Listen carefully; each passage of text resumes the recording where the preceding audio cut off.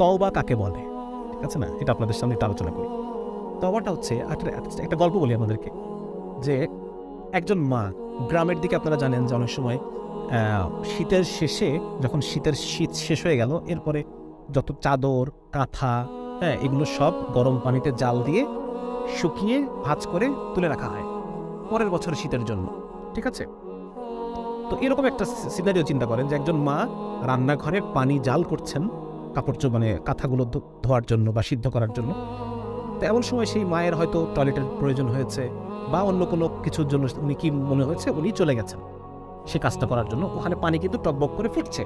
এমন সময় তার 2 বছর বয়সী বাচ্চা, সে টুকটুক করে হাঁটতে হাঁটতে হাঁটতে হাঁটতে এসে সেই গরম পানির মধ্যে পড়ে গেছে, পড়ে গিয়ে মরে সিদ্ধ হয়ে ভাসতেছে, ঠিক আছে।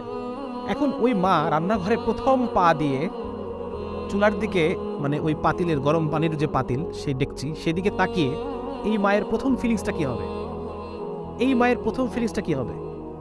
হ্যাঁ, হায় আমি কি করলাম, ঠিক না?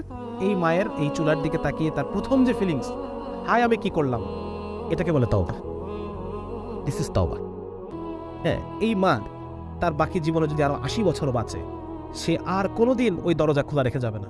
আল্লাহ তাআলা যদি এরপর তাকে আরো 100 সন্তানও দেন, ওই 100 সন্তানের ক্ষেত্রে সে আর কোনোদিন দরজা খোলা রেখে, গরম পানি চুলায় রেখে, রান্নাঘরের দরজা খুলে রেখে সে আর কখনো সেখান থেকে বের হবে না। বের হবে না। তাহলে এই যে অনুভূতি, হায় আমি কি করলাম, হায় আমি কি করলাম, হায় আমি কি করলাম, এই অনুভূতিটাকে বলে তওবা। এবং এই কাজ আমি আর জীবনে কখনো করবো না, ঠিক আছে না, এটা হচ্ছে তওবা।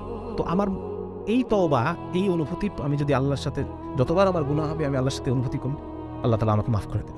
এবং আলেমরাই কথা বলেন, যেই বান্দার মধ্যে এই তওবার অভ্যাস আছে, আল্লাহ তাআলা একটা সময় তাকে গুনাহ ছাড়িয়েই দেবেন ইনশাআল্লাহ তাআলা। আল্লাহ তাআলা আমাকে ছাড়ার পরিবেশ তৈরি করে দেবেন, ছাড়ার পরিবেশ তৈরি করে দেবেন, আমার জন্য গুনাহ করাকে কঠিন করে দেবেন। আমরা দোয়া করবো আল্লাহর কাছে, আল্লাহ আপনি আমার জন্য নেক আমল করাকে সহজ করে দেন, গুনাহ করাকে আমার জন্য কঠিন করে দেন, যেন আমি গুনাহ করতে পারি।